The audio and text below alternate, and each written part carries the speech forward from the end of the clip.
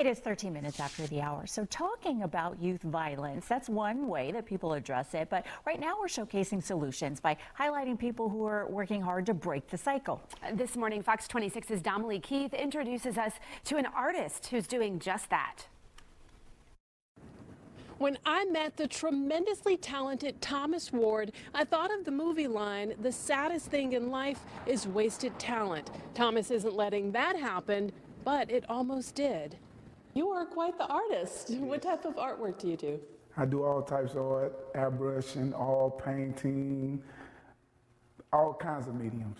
What inspired the piece that's over your shoulder of George Floyd? I came up with the concept of something symbolic to put his face inside of a globe. Because he changed the world. Because he changed the world. You have another amazing piece of art here in the gallery? Yes, ma'am. I have a piece over here. Let me walk you to it. Right here. Wow, Rosa Parks. This is Rosa Parks. Artist Thomas Ward sketched this when he was in prison. In fact, he was just released in March. I was incarcerated for aggravated robbery, armed robbery. You robbed a jewelry store? Yes, ma'am. My mistake I made was a big mistake that cost me 18 years. But I look at it as something that helped me to gain control of myself. Prison is where he learned to paint, draw, and much more. It's the choices that we make, you know. Growing up as a youngster in poverty, it's a cycle that happened to a lot of us. What do you want to say to young men who may be headed down the path that you were 18 years ago? Get grounded, you know, spiritually, physically, and mentally, you know, and set yourself some goals. Get with people that's like-minded.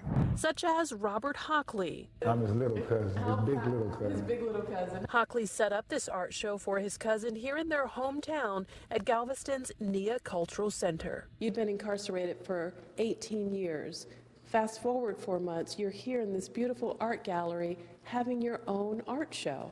Yes, and it was like a dream come true. I don't even have words to describe how grateful I am. Sam, tell me why you gave Thomas this opportunity. We did the art show on July 27th, which was my mother's birthday, and my mother died in 1987.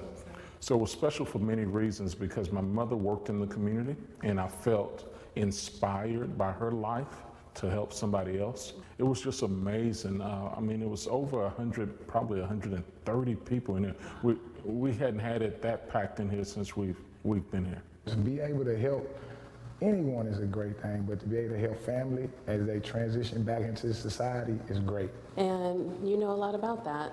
I know a lot about that. At 17, I was the first to go to prison. It's sad that it may sound in our family. I went at 17. I did 8 years. Robert's two cousins, Thomas's big brother, was murdered when he was a teen, and his baby brother died by suicide. Robert wanted to break the cycle. In the 21 years since you've been home from prison, you've helped a lot of young men who have also been released. Right. And the ones that succeed, and then the ones that don't succeed and they go back, what do you think is the difference?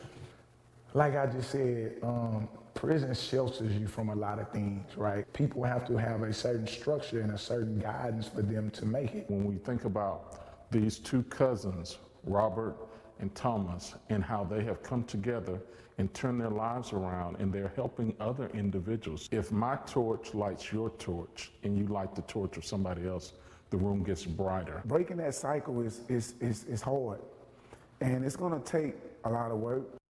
Thomas Ward, who has 2 college degrees, is now speaking in schools, sharing his testimony with kids. If you'd like to buy his art or attend a show, including a planned children's art show, we have a link to his website on ours. I'm Dominique Keith, Fox 26 News.